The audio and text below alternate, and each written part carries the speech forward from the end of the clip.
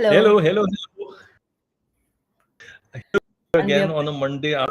Here, yeah, and we are back with a bang. Hopefully, the whole thing about today and Monday, and we are disturbing people's lunch hours is that we think that people are going to see us live, but they don't.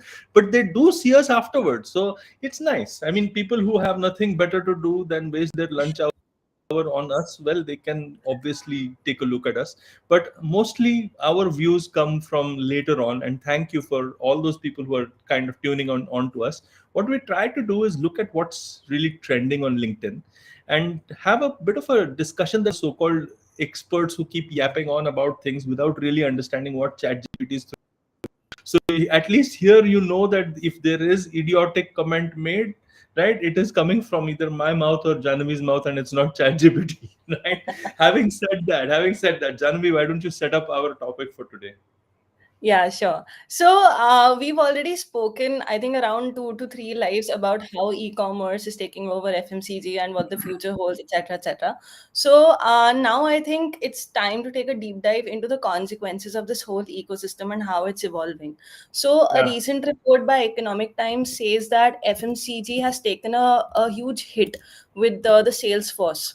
They're not able to find the skilled people for their market sales force or their field jobs, and this is coming at a time when FMCG really needs to bolster its tier 2 and 3 market penetration, because the tier 1 has already, most of it has been captured by either e-commerce or q-commerce, right? And FMCG being an industry that relies very heavily on general trade, if it does not have the salespeople who can build a rapport with the kirana stores or make a deep penetration into these markets, then FMCG, the entire model that we have been studying since the last 40-50 years, is kind of lost, right? So I Hmm. think this is setting a stage for a huge change, huge shift, as you very rightly put in the title of this video, into how the market is evolving, of how the ecosystem might be tomorrow. So I would love to hear your thoughts before we have a discussion on this.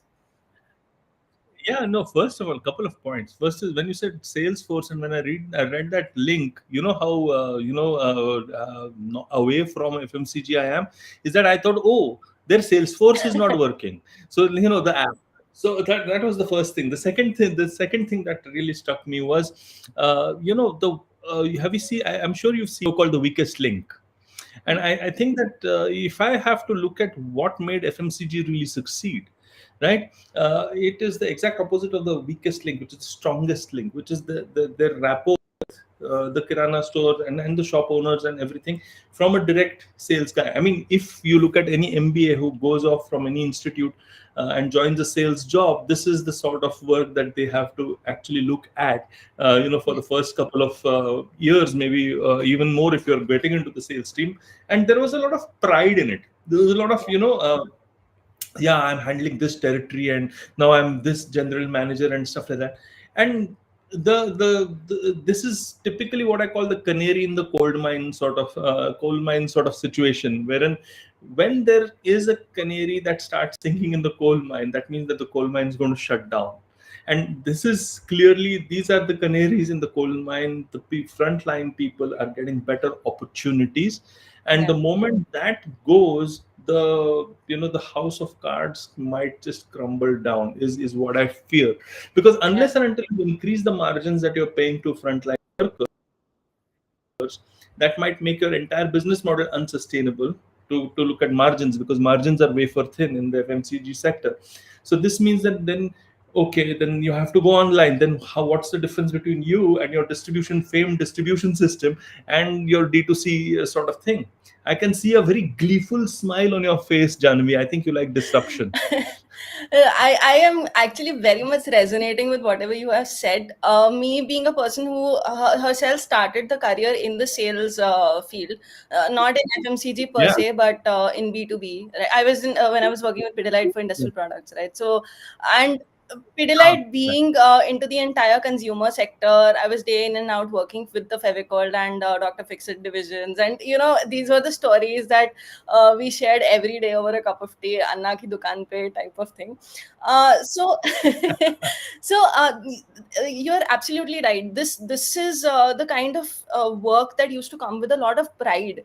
Any MBA or any graduate who wanted to get into this entire marketing side of things or business side of things always wanted to start their career with the FMCG sales sector or any kind of sales sector, right? So going into the market, building a rapport, building your entire distribution network, and it used to be sort of an Yeah. adrenaline rush once you get the order, or Yeah. matlab, it was like ek shipment chala gaya distributor because our target is done. So that target hitting used to be that Yeah. cortisol rush in your mind. Now, yeah, and FMCG really thrived on this because earlier there used to be no other competition in the market, right? Either Yeah. it was P&G poaching people from HUL for their frontline workers, or getting people from the top MBA colleges who will later become ASMs, NSMs, and so on. But Yeah. now, if you look at the entire ecosystem, there is D2C, there is drop shipping, there are platforms like Shopify and all. People are starting their own businesses. There is QCom. An FMCG salesperson, they'll receive what, 40,000, 50,000 max for Yeah. at a good position. A Yeah. similar salary is getting a delivery person is getting in Zomato or Blinkit Yeah. or whatever, right? And that is a job where you have commission basis, or you can ride your taxi on an Ola and Uber, or you can have an Airbnb. So your landscape is evolving like anything. There are n number of resources where you don't need to hold down a 9 to 5 jobs for a similar kind of salary. You can do 10 different things, and you can earn maybe 10 times of what you're earning in one salary when you're working 12, 15 hours a day. So I think this also brings into light how the expansion of gig economy overall is Hmm. forcing FMCG to change the way it has always gone into the market, how the ITC or the HULs have built their own, marketing management portfolio around the Kotler principles.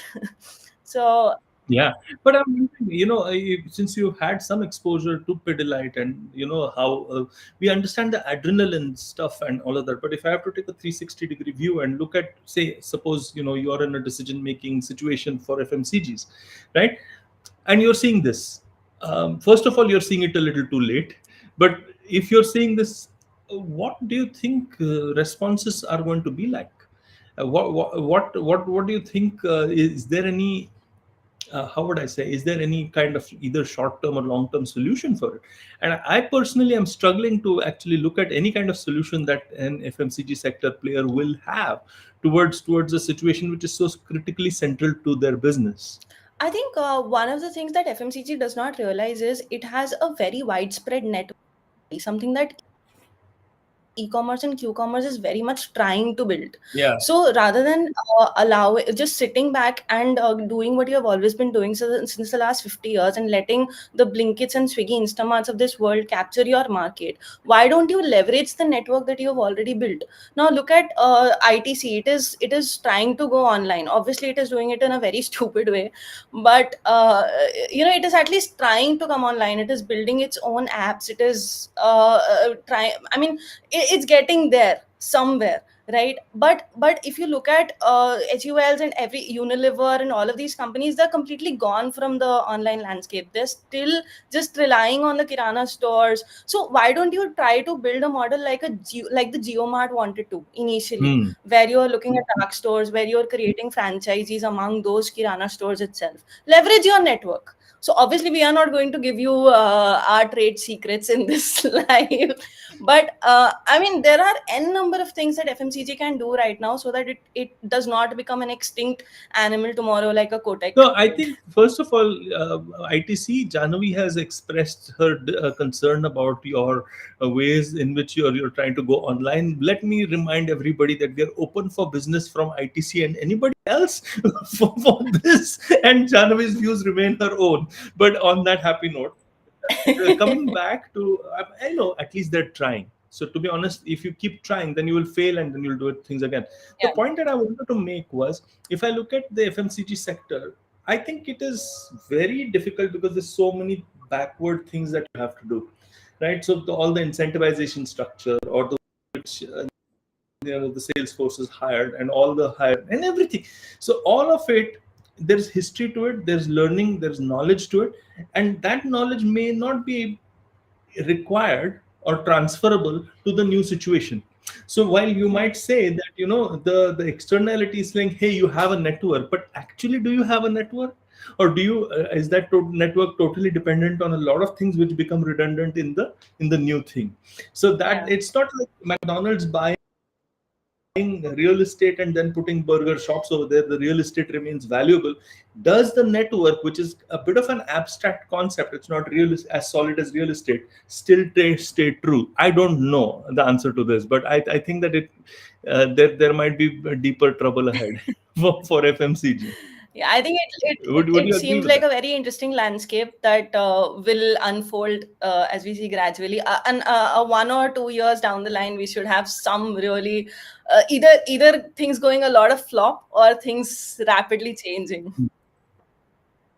But one thing we can certainly say is that if our observations have turned out to be false in a year or so, we will Yeah. happily eat humble pie on this LinkedIn Live, right? Because we are more than happy to learn, Yeah, isn't it? actually, and I would be personally very happy if it turns out to be wrong because nobody wants a doomsday conviction for businesses. That's the backbone of our economy. I like the way Janvi is smiling when she's saying doomsday conviction, as if I don't know what to believe, your data or your metadata, Janvi. I don't know what to believe. But let's stop this. Let's stop this conversation while we're ahead of ourselves. It's already 11 minutes. Thank you so much for joining us, and we'll be back soon to trouble